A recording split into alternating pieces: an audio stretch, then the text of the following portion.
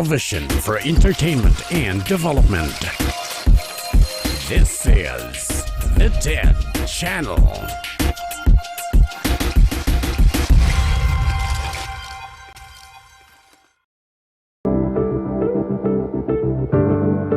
Word of life, speak to my weary heart. Hello. Maayong buntag, maayong udto, ug maayong gabi sa tanan kong mga binati nga mga higala ug mga tigpaminaw, tigsudong ning atong tulumanon mga pulong sa kinabuhi o words of life. Apan ang akong panimbaya is maayong buntag, maayong udto, ug maayong gabi. Kaya dunay mga dapit sa globo nga maatulog buntag, dunay gabi, dunay hapon. So in order nga kompleto ang akong pagtimbaya, ginaingon ako maayong buntag, maayong udto, ug maayong hapon, maayong gabi. Apan magasulti ako in English mga kaigsunan, tungod kay kadaghanan nato mga Pilipino sa Pilipinas, makasabot man in English. Sama nako makasabot, apan di lang tamay manulti o in English. Pero at least makasabot na. Bisag dili ko may manulti in English, mo in English ko kay kadaghanan sa atong mga listeners, mga English speaking. So even if I am not fluent in English and I am not good in English grammar or whatever, I am forced to speak English. Anyway, we Filipinos, though we can hardly speak, we cannot speak fluently in English, but we can understand it. Like me. Okay. So I would say greetings to all my English-speaking viewers and listeners. Good morning and good afternoon. Maybe good noon. You're eating lunch, maybe. And good evening. Maybe you're ready to go to bed, to head to bed and have a nap or rest. That is it. But I greet all of you, English-speaking people and non-English-speaking people who understands English, that my greetings is in the name of our most precious Lord, Savior, and King, and that is Jesus the Christ. I am very happy. I am again given this opportunity by our Almighty to share with you the gospel of Jesus Christ and to share lessons from the Bible about some things that we might need to know. Not for salvation, because knowing things in the Bible, some lessons is not a prerequisite to salvation. But the prerequisite to salvation is what we are going to do in order to be saved according to the gospel of Jesus Christ, the power of God unto salvation.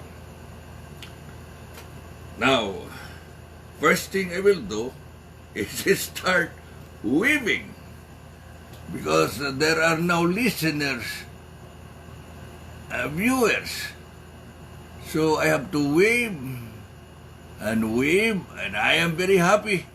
You are there, brethren, and might be listening to me this time. Or you are there, and then you set your gadgets or whatever, and then listen afterward when you have time. You just record it and then listen afterward. So I'm very happy seeing your names. Even if I cannot weave, just in case, because I sometimes forget, seeing your names alone is inspiration in my heart. You may be a friend, a brother, an enemy. My Bible says, love. Love your neighbor as yourself. Love the brethren. And above all, the extension of that love is, according to Jesus Christ, love your enemies. It's easy to love enemies. Christ is a Lord of extensions. I keep on repeating that. When someone will compel you to go a mile, or in the Philippines, a kilometer, the Lord said, go. But you add one more. You add 1 kilometer. Meaning, go with Him twice. If He compel you to go a kilometer or a mile, go with Him 2 miles or 2 kilometers. That's the Lord's. Somebody will ask you a clothes, I don't know how to pronounce, but I mean clothing. Asking for one, give him 2. That's the Lord, a Lord of extensions. Even our good works are extended. The Bible says, and I think you know that, as we have therefore opportunity, let us do good unto all men. Now that is the extension, all men. Because the Bible says, especially to them who are of the household of the faith. Now meaning, the good works that we do as church members or as Christians will be for the brethren. But the extension is extended to all men if we have the opportunity. It's very good with the Lord of extension. That is why His grace, love, and mercy keep on extending. If He were not a Lord of extensions, my dear friends and my beloved brethren, He should have come back long time ago. But He extended His patience. Why? Well, 2 Peter chapter 3, you know that. In verse 9, that concerning the coming of the Lord, some of us count it slack. Meaning, He is delaying. But there is a reason for His delaying. He delayed because He do not want even one will be lost, but that all should come to repentance. Meaning, He should have come several times. But seeing that there are still people who need repentance in order to be saved, He delayed His coming. His coming is always extended and extended. He's like our airlines. When you go to the airport, and you good at hurrying because your flight is that time. Now, when you arrive, you just find out that the flight is delayed. So you have to wait for another hour, maybe wait for another hour, and wait for another hour, and sometimes flight is totally cancelled. Well, the Lord is like that. He is patient. He is delaying because He would like everybody. He would like me and you, all of us, will be saved. Now, there is no problem of His delaying. No one will murmur. There are those scoffers who are trying to murmur, where is the promise of his coming? Why is it that people and friends, sometimes I touch like that, bad to say, but sometimes it's, like itchy. Is that itchy? Itching? Yeah. The Lord, people is asking, where is the promise? These are the scopers of the world. Meaning people who are trying to, they are actually unbelievers. What is the promise of his coming? From before until now, we are dying, and he is not yet come. Now the Bible says they forgot the fact that the earth that was in the old perished. Now perished does not mean annihilated. It just cannot be seen because the flood that overflowed even the highest peak, the highest mountain was underwater at the time. They forgot that. When the Lord comes again, this earth and the heavens that we can see is reserved for fire. If it was literally done of that of old, that the flood overflowed even the highest mountain of the world, then it will be literal with his promise of burning this earth and the heavens that we see in fire, flaming fire that will dissolve the earth and the works that are therein. Well, all of this you can read in 2 Peter chapter 3. So, what we need is to believe what the Bible says. And do not try to interpret that the fire there is symbolical, or maybe the waters of the flood was symbolical. It's literal. If the waters at the time of Noah was literal, the fire that will consume this earth and the works that are therein will also be literal. Literal fire, if you are for. Well, I have to wave again. I did not remove my eyeglasses just to be sure I can read your names. Very happy to have you with me today. Well, okay.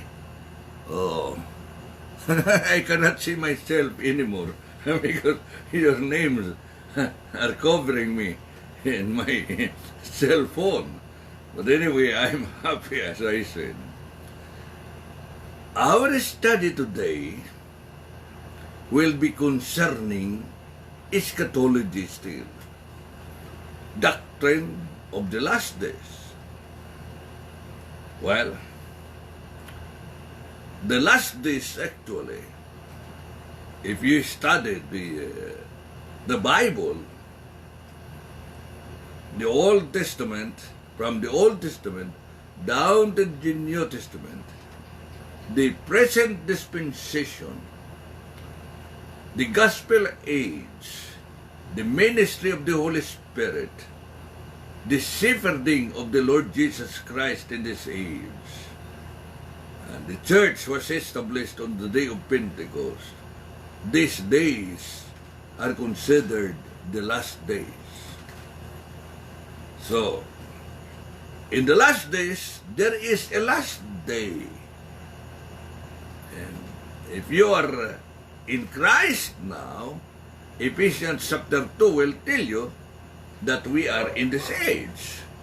But it talks about ages to come. Meaning the last days is not single event, but there are ages in these last days. But the beginning of the last days, meaning the first event of the last days, began on the day of Pentecost, when the church of the Lord or of Christ was established. That was the beginning of the last days, the beginning event of the last days, the powering of the Holy Spirit and the establishment of the church. Well, I must emphasize that just to make you remember that the church is not a re-establishment, that the church is not a re-foundation, that the church is not a renovation, that the church is not a rebuilding, meaning it is totally new entity, new institution established by Jesus Christ through the coming of the Holy Spirit on the day of Pentecost in Acts chapter 2. Well, so we will begin our study, not actually begin, but we'll continue our study in eschatology, but we will begin with some of the prophecies in the Old Testament concerning the last days. And we will try to find out when will be the fulfillment. Because there are so many messianic prophecies, and maybe prophecy of the end times that is not yet fulfilled at the present. Prophecies of the Old Testament, not yet fulfilled. But allow me, brethren, to read something from the booklet, is this a booklet that I prepared? Maybe that was 7 or 8 years ago. I'm tired of division. I like unity among churches of Christ. There are bigoted preachers who will not call me a brother. They are righteous, you know. They are perfect and they know everything. So they don't like to recognize those who differ from them in opinions and interpretations and ideas or views. They will discriminate you and will never call you a brother. They can call the denominations brothers, brethren, Catholics brethren. But if you differ as a preacher on opinion with them, there is discrimination. You are not a brother. These are brilliant and intelligent preachers. I know that. Well, they said it's not good to do like that.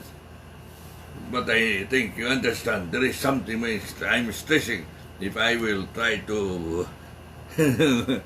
Now, here is the booklet. The premillennial view of the churches of Christ. It is not implying that all churches of Christ are premillennials in belief. But there are churches of Christ, of course, whose view is premillennial concerning the coming of Jesus Christ. I am one of them, a member of one of the congregations, where I have established several congregations, and this congregation accepted the fact that the second coming of Christ is premillennial. Okay. Now I will read this. Someone told me that if you are a lecturer, you will read the book. I do not, I do not.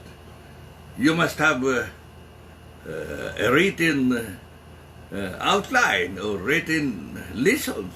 I do not have.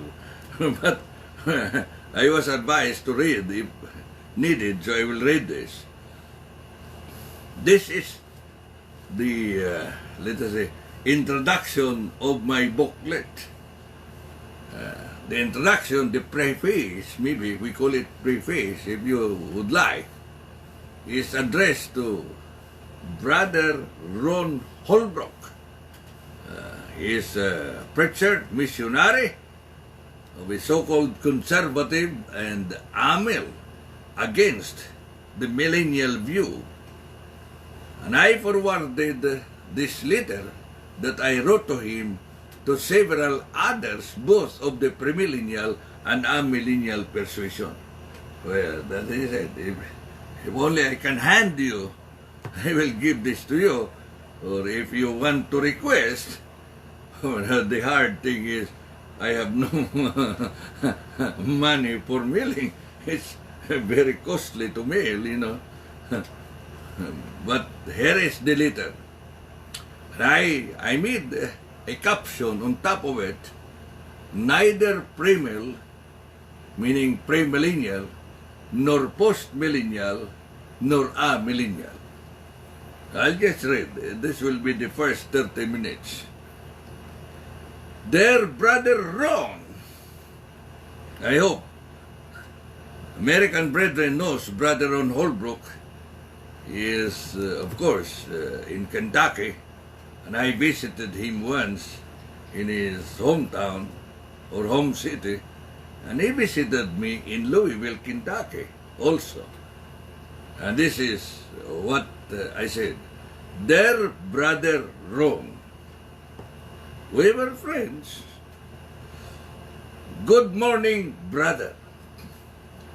I don't know if you like these words, neither premillennial, nor postmillennial, nor amillennial, comma, I mean not a brand name for the Church of Christ. I am hoping those brand names will be eliminated so that Christ's name alone will be exalted. Had it not been of many missionaries, I'm sorry, I have to be truthful and honest. Had it not been of many missionaries bringing brand titles in the Philippines, no divisions would have occurred, I think. Hence, elimination of brand names would foster unity. I don't know if I'm right, brother. Then another paragraph. I remember when I was still a very young preacher, 14 years old. The Church of Christ in my country was one, with preachers and members alike living in peace and harmony. Then, the only brand name is the name Christian. It was disrupted with the entrance of the issue on the church establishing institutions or super organizations doing the church of the work, doing the work of the church in evangelism, edification, and benevolence instead of letting the church do its business alone. Meaning, what I mean was the organized, some organized organizations, and then controlling churches in the Philippines. We're leaning to that this time. I don't like it. That there is somewhat central organization dictating us what to do. Should be eliminated. That's not good. Centralized. Each congregation is autonomous. We cooperate in the work, but not dictate one another. Then, substitutes are prevailing to function larger than the congregation functioning as centrals. We had no such things in the Philippines. We back then, but we were divided because we were instigated by missionaries to divide. And this fellowshipping, excommunicating, discriminating those who oppose to the missionaries' underdog boys, meaning the preachers they were supporting before. They dictated these preachers to divide the congregations of the churches of Christ in the Philippines. As a result, this is somewhat a long letter, you know. As a result, the brand new names resulted to brand new names, namely anti-institutionalist, conservatives, liberals, etc. Divided the congregation. And there is no growth, I tell you, brethren. They say, I have established a congregation. That is not true. They just divided, proselyted the church members, letting them transfer to the congregation they started, with former members also.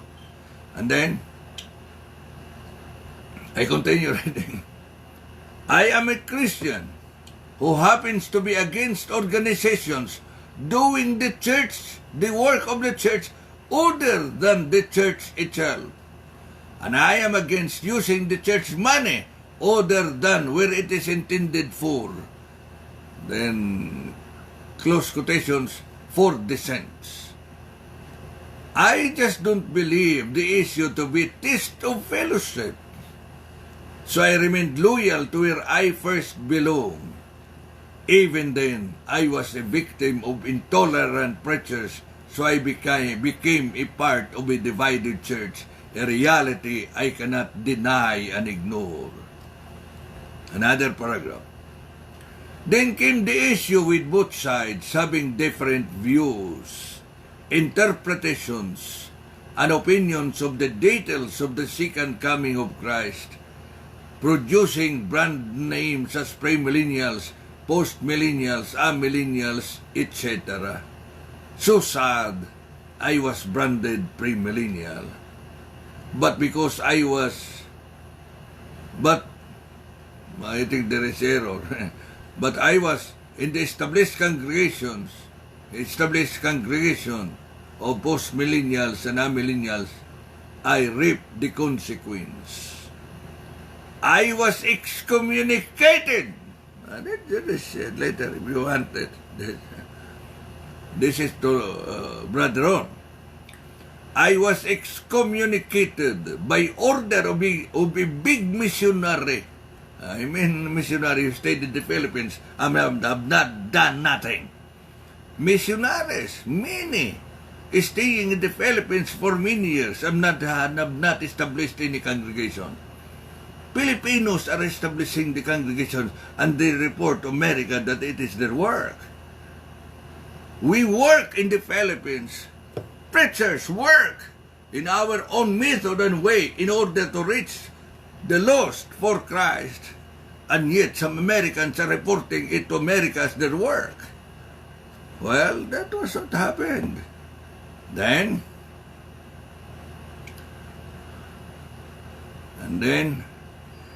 I was marked because I am premillennial, they say. I was marked. I reaped the consequence. I was excommunicated by order of big missionary. Now, he's really big, and big man also. Stayed in the Philippines for more than 10 years. Always conducting seminars among preachers, telling preachers how to organize congregations and how to do house-to-house, door-to-door knocking, one-on-one approach in order to win souls to Christ. But he never did anything for 10 years. So we questioned him, how many congregations have you established? You have stayed more than 10 years in the Philippines. And he got angry because he cannot point any congregation that he established. He just go to congregations established by Filipino preachers. And then I was marked as executed. I was excommunicated by order of big missionary. By order of a big missionary executed by his underdog preachers who were continually leaking his spam. Then I was marked as the bad boy of the church because according to them, not God of course, the judge of all, premillennials are destined to heal. Recognizing and accepting the line of division drawn by the underdogs, preachers in the Philippines, dictated by American missionaries, I was forced to start new congregations, resulting to almost 100 congregations in Visayas and Mindanao. The tragedy is the line of division has become longer and clearer. Another paragraph. I worked hard for unity. This is a letter to Brad Ron. To restore our lost fellowship of peace and harmony, and drop the brand names, trying hard to delete the drawn line of division, but with little success. It may be too late, brother. I don't know, but I still am longing for it to be realized soon, if not sooner. What I am hoping, Brother Ron, is elimination of brand names by speaking where the Bible speaks and maintaining silence where it is silent. Eliminating fancy speculations or interpretations which are not in the Word of God. Just let the Bible interpret itself. I am for that, brother. If an opinion on a certain passage or passages differs from others, it is good just to abide by the slogan of the pioneer preachers in opinion liberty, and everybody be guided by the principle that only God is the judge, avoiding a judgmental, vindictive spirit. No one must force or coerce his opinion to others, but rather accept and love one another as brothers and sisters in Christ. In that way, we are neither premillennial, nor postmillennial, nor amillennial, but rather just one Church of Christ with the brand name Christian only, with one blessed, pacifying, purifying, comforting, and glorious hope of the second coming of Christ. Can we work together aiming to that objective, brother? I questioned him. Then I said, I hope and pray we can. I love you with the love of the Lord, brother. God bless and regards, your brother in Christ, Cyrus. That's the introductory of this. What is this? A booklet that I made about 7 or 8 years ago. The premillennial view of the churches of Christ. But I was warned, 30 minutes already, so I have to pause maybe 1 or 2 minutes for the station break on television. Television for entertainment and development. This is the TED Channel.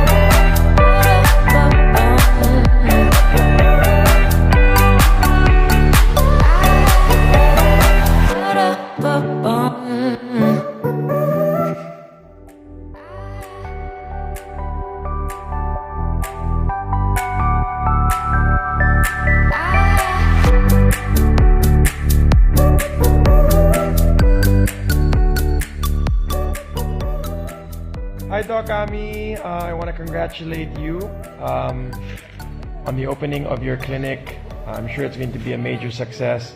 Thank you for always being so good to our family. The Ramseys love you. And this is congratulations on behalf of the entire Ramsey family. Good luck with that. See you soon. Bye. Television for entertainment and development. This is the TED Channel.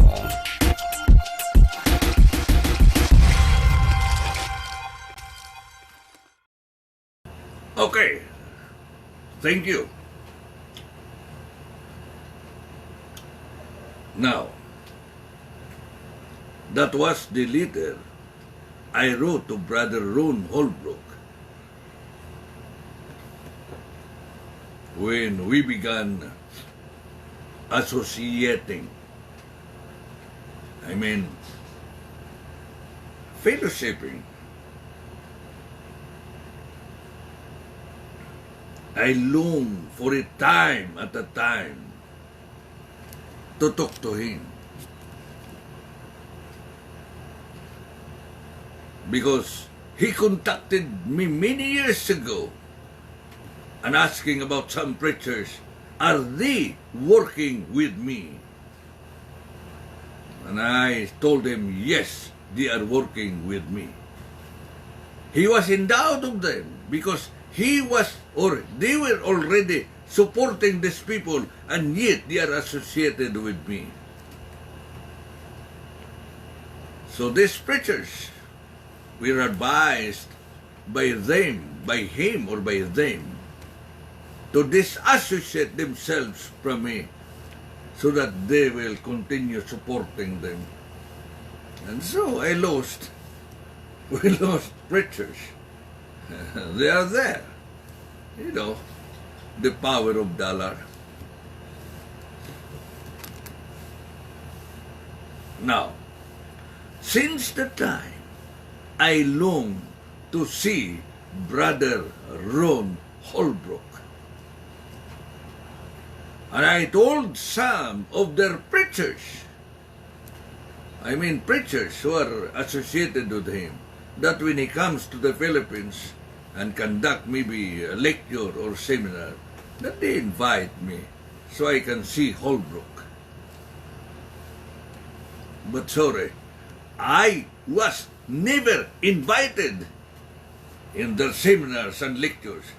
Ron Holbrook was coming to the Philippines maybe 3 or 4 times a year. But not one of those,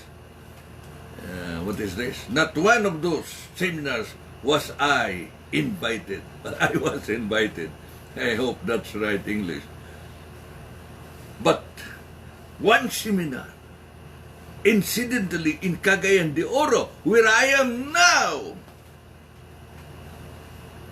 they have one seminar here in a certain hotel, big hotel, an expensive venue. Of course, Brother Ron has money. He told me about the budget for every seminar in the Philippines. Too big. For me as a Filipino, that's too much. Because I can conduct a seminar with no expenses. And then pastors were invited. And I have pastors who are my friends. And so they invited me. Who invited me? Not the preachers of the so-called Church of Christ, conservative or anti-institutionalist. I was invited by pastors. Brother Cyrus, we invite you to attend a seminar. And I was surprised. Well, they invited me for this seminar. And I said, well, I will not attend the seminar, I think. Because, you know, pastors, if you invite them and promise them free chow, free food and lodging, they will attend the seminar. They just listen there. Not even question, because they are afraid to ask questions, the pastors, I tell you. But invited me, and I said, Koreans? They said, we do not know. I told them, what denomination? Well, they said, we do not know. Just attend. Free. And so I went there, and I went to the venue the first day. And there is a sign, an arrow going to the function hall. Church of Christ Seminar. So I called the guard.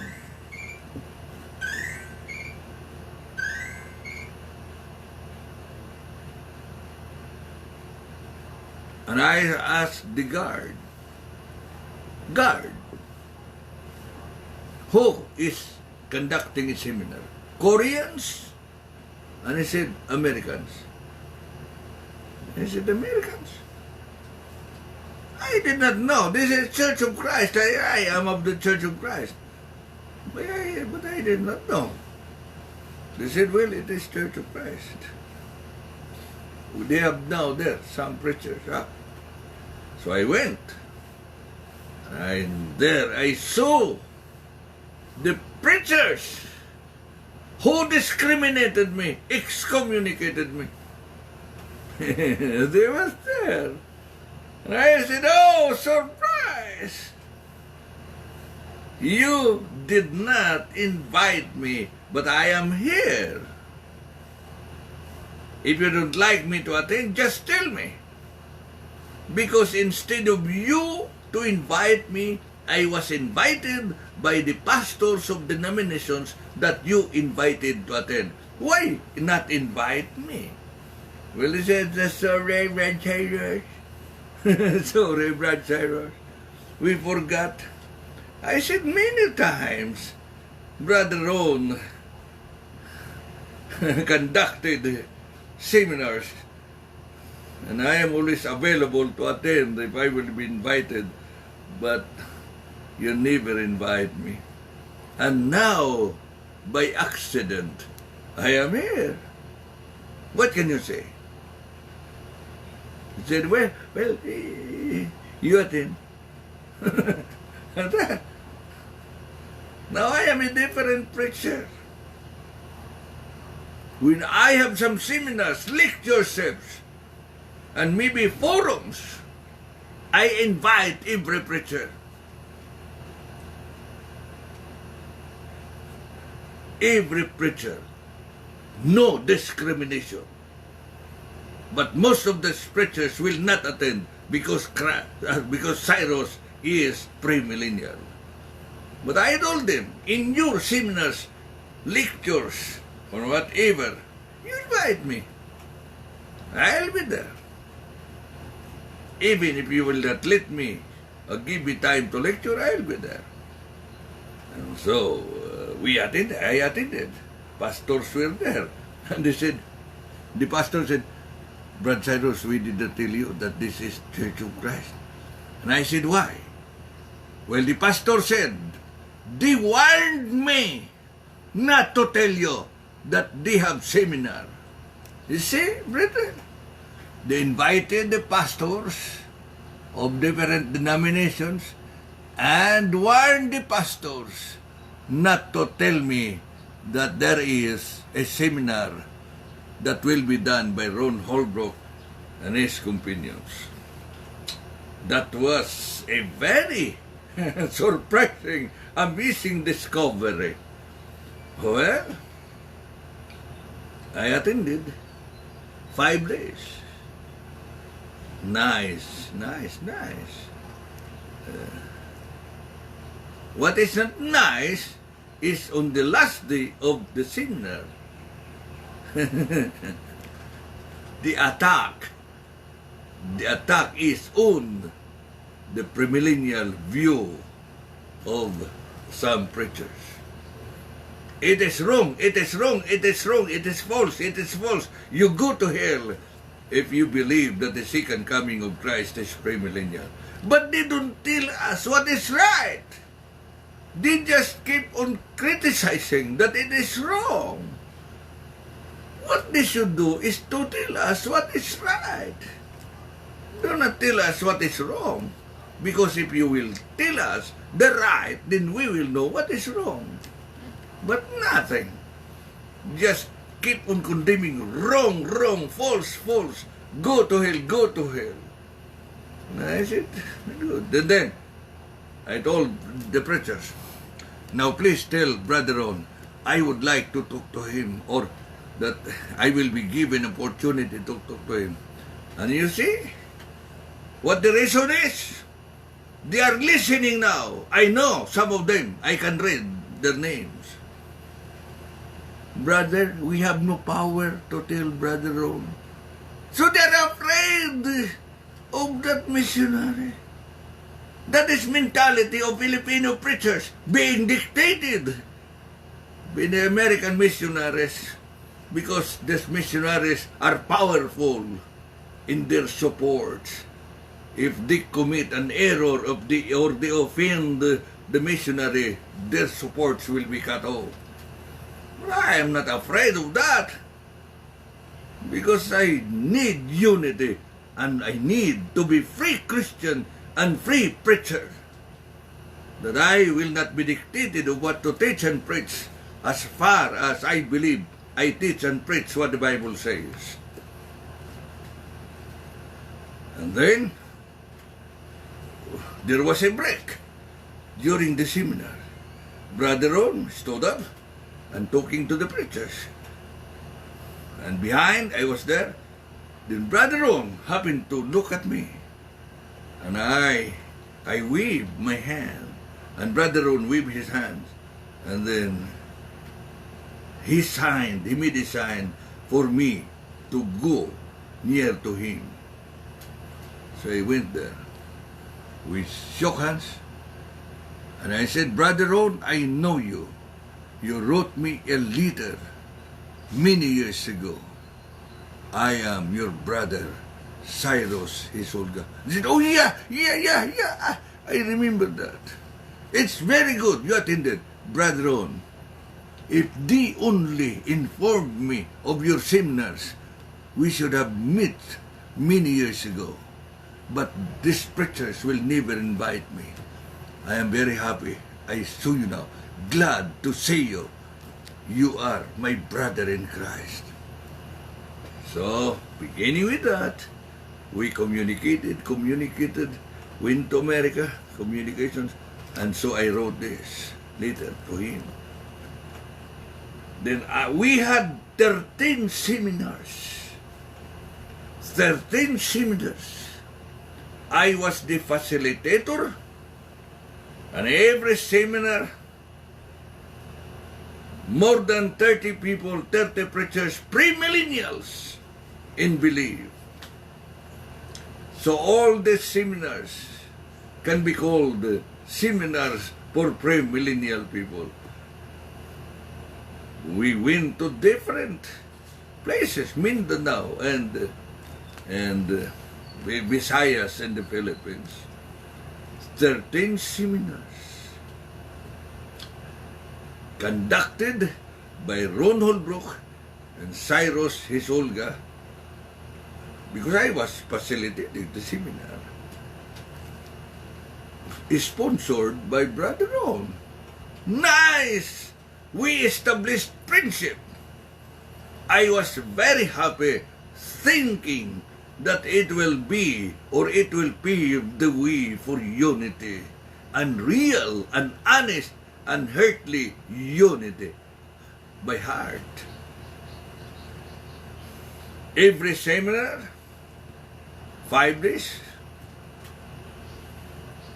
but on the last day of the seminar, he still will talk against the premillennials. But in most of those seminars, he gave me time to speak and lecture. So I also speak and gave a lecture. Not about millennium. He will not allow me to speak concerning the millennium. But we were already friends, and I was very happy. A certain Brother MacDonald also communicated with me, and we became friends. Then he came to the Philippines and saw me. He is against premillennial, but he is a nice person because he knew it is not, it must not be a line of division. Good.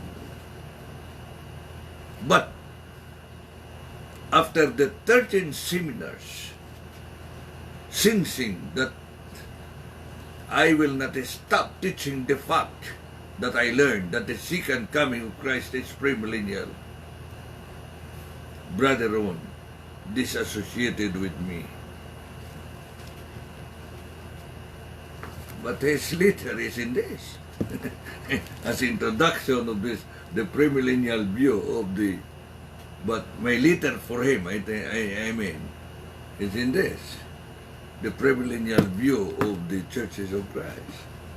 Disassociated, but he sent me his lessons. I read it, and he always tell me, Brother Cyrus, you can attend any seminar of mine, but I might be a disturbance, so I did not. Yeah, that is it. I was thinking I succeeded, but I think I failed utterly. And he made an issue that he cannot go with me anymore because I perpetuated the premillennial position. It's all right. So my lectures, my teaching is still the same. I challenged him one time. You cannot change me by lectures because I know how to lecture also. You might change me by debate. Meaning, it's a deal, I said. You find the Filipino preacher like me. We debate on the issue of the millennium. And if I lost, I'll be with you. But if they lost, you be with me. And he said, no, Cyrus. No. And I said, you mean no one is qualified? He said, there is. They are debaters.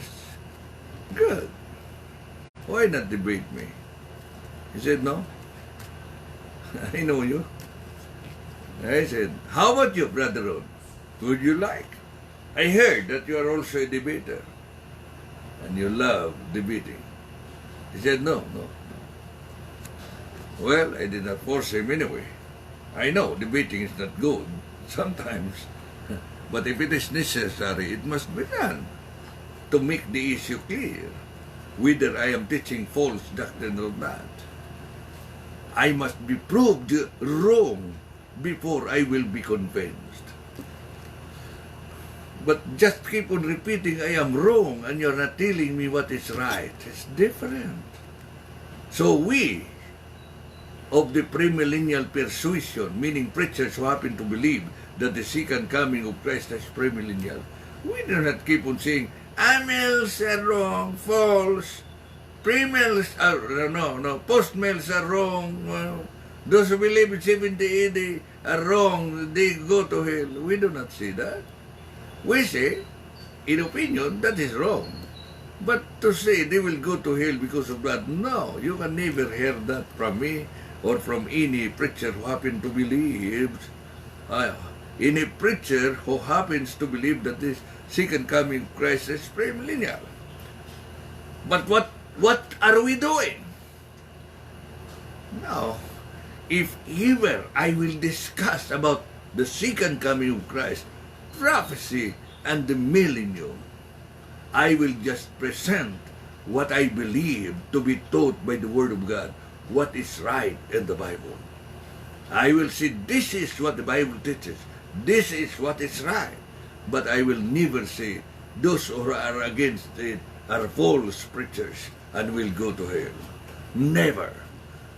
Because in the congregations where I am associated, especially congregations that I started several years ago, we always say, we are just one Church of Christ. All members are Christians. You might be premill in view, or post-mill in view, or amill in view, or conservative in view. Not really conservative, because I have discovered they say the church cannot help the outsiders, but they are doing it in the Philippines without the knowledge of some missionaries. There is deception. Now, that is ours. Any Church of Christ preacher, whether you call yourself post-millennial, amillennial, or conservatives, or antis, or liberals, the mainline church liberals, very liberal, including Christmas liberal, including Valentine's Day liberal, and they are celebrating that. Now, but even if they are that kind of preachers, when they come to our congregations considered as premillennial in belief, in view, all preachers who come to us are given the opportunity to preach, to teach, and if possible, I can give them all parts of the worship. Opening prayer, then teaching a lesson Bible study, and then preach a sermon, then lead the Lord's Supper, the communion, then lead the closing prayer. If possible, I can give that to any preacher of the Church of Christ coming to us. That is it. For the sake of unity, harmony, and peace, we are doing that. I am sincere and honest in my work for unity. That is it. Well, that will be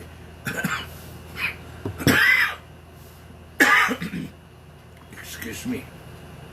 That will be the introduction of this series of studies concerning prophecies in the Old Testament not yet fulfilled, but will be fulfilled at the second coming of Christ. So it is connected with eschatology. Then next day, we will begin with the so-called a mountain kingdom in prophecy. Mountain kingdom.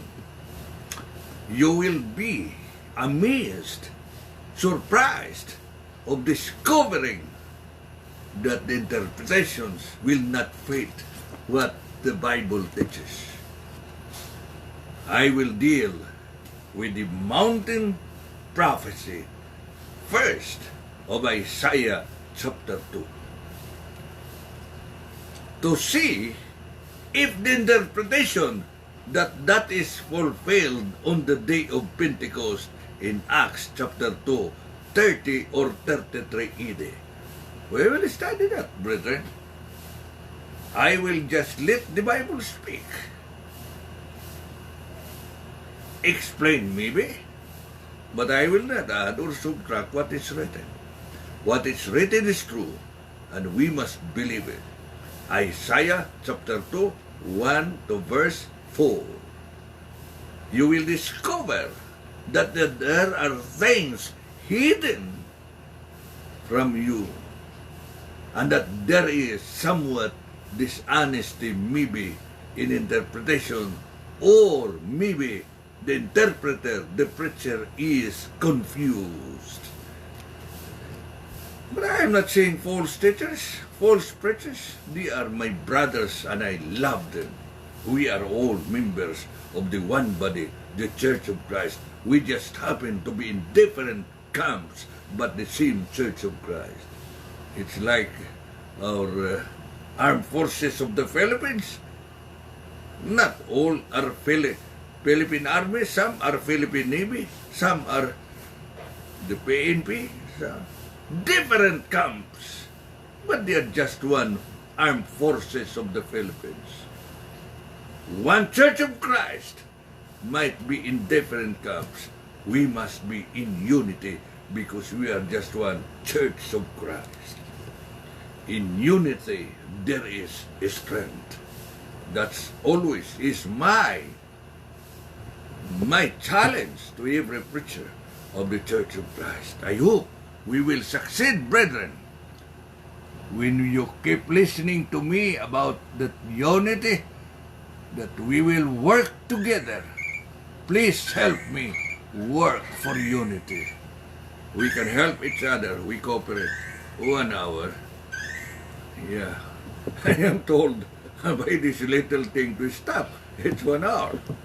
But anyway, the television station can just cut. So that is eschatology connected with prophecy of the Old Testament that will be fulfilled in the last day of the last days. I said, last day of the last days. We are now in the last days. That last days began on the day of Pentecost, but this last days has ages to come. And eschatology is leading to that last day of the last days. Prophecies of the Old Testament concerning the last day of the last days are there in the Old Testament. And that is what I am going to study and share with you in the future lessons that we will take. Brethren, please forgive me if I am very vocal in telling things concerning what the missionaries who came to the Philippines have done. Because I have observed most of them are divisive. If you differ with them, you will be discriminated. And their underdogs, I mean the preachers under them, who are afraid to be cut off of their supports, will follow their intentions. I am very sorry, I am frank on that. I was in fact a victim. And if that will not be stopped, more will become victims. So, brethren in America, please be careful of sending missionaries to the Philippines. They might be the cause of the downfall of the Church of Christ in the Philippines. Yeah. And be careful. Many missionaries who are staying in the Philippines for many years have never established any congregation.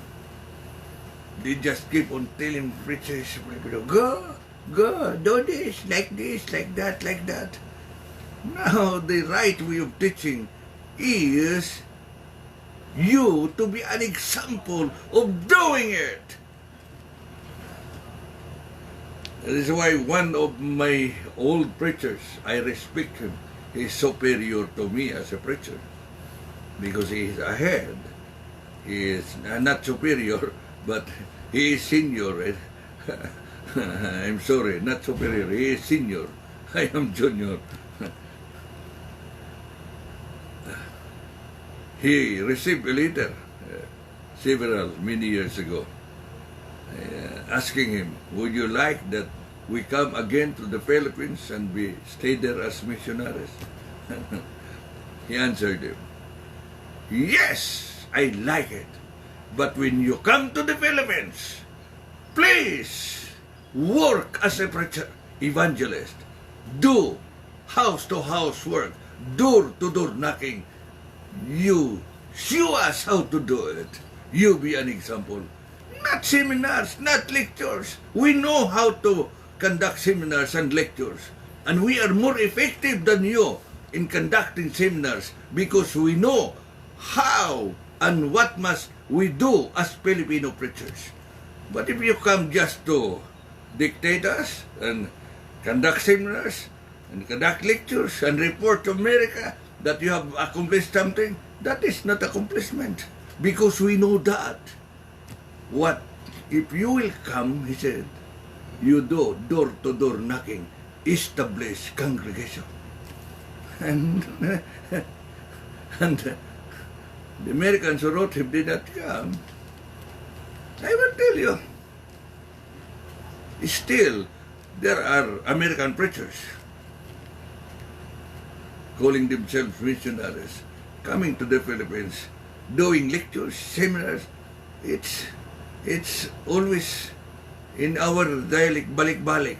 Keep on repeating seminars, the same topic, the same lessons, the same lectures. We memorize it already.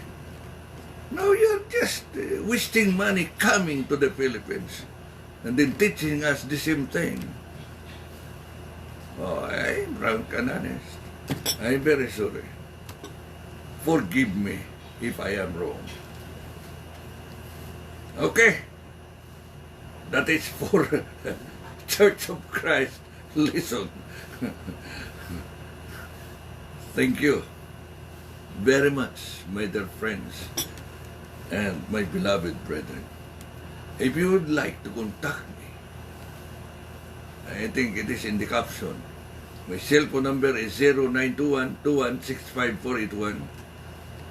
My email address is eaglesyugi@yahoo.com and eaglesyugi@gmail.com.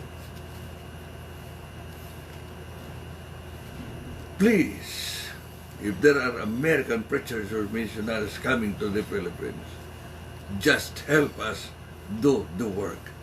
Do not dictate us what to do and how to do it, because we know how to do it. As Filipinos, we know how to deal with our co-Filipinos. Okay? Bye-bye. God bless us all.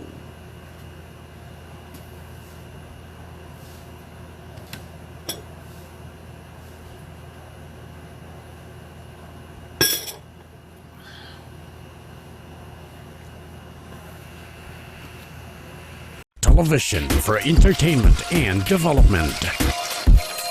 This is the TED Channel.